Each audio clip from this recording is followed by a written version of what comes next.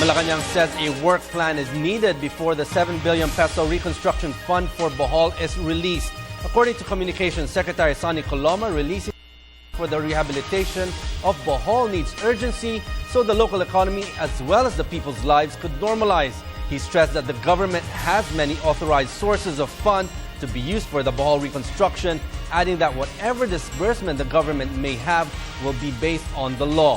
Meanwhile, Secretary Coloma urged relief organizations and local officials to agree on a more efficient and faster distribution of relief items to quake victims. Rocky Ignacio reports.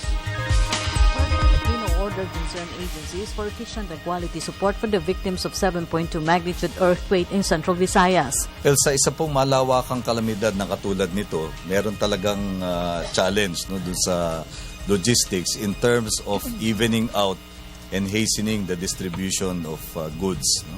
Kaya nga po sa pagkuha ng update sa mga opisyal ay tinatanong maigi ng ating Pangulo yung situation on the ground at gusto niya pong tiyakin na hindi nagkakaroon ng mga mahalagang balakid doon sa efficiency ng distribution. Yan po ang guideline sa ating pong mga official that are on the ground, na yan ang pagtuunan nila ng pansin. Beyond yung numbers po ng kanilang mga nire-report, yung efficiency of distribution. Presidential Communications Operations Office Secretary Sonny Coloma said this on the reported misunderstandings between Maribojoc Bohol Mayor Leoncio Evasco Jr. and Red Cross Secretary General Gwen Pang for the distribution of relief goods in the affected areas. Coloma said Malacanang would try to help reconcile the positions of both the Red Cross and the local government of Maribojoc to eliminate hindrance for people receiving the necessary assistance.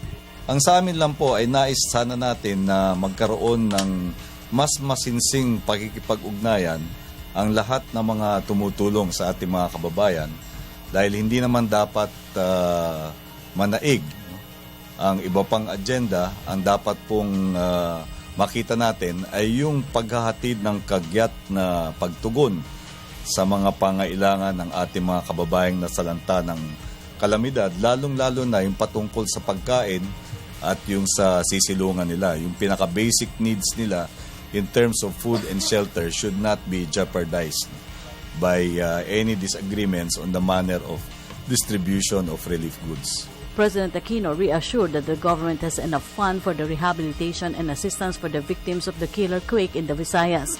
Coloma said the government would use government savings that are allowed under the Constitution.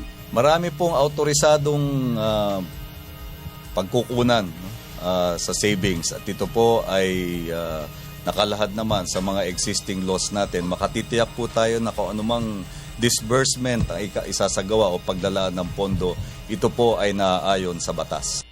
The People's Television, Rocky Ignacio.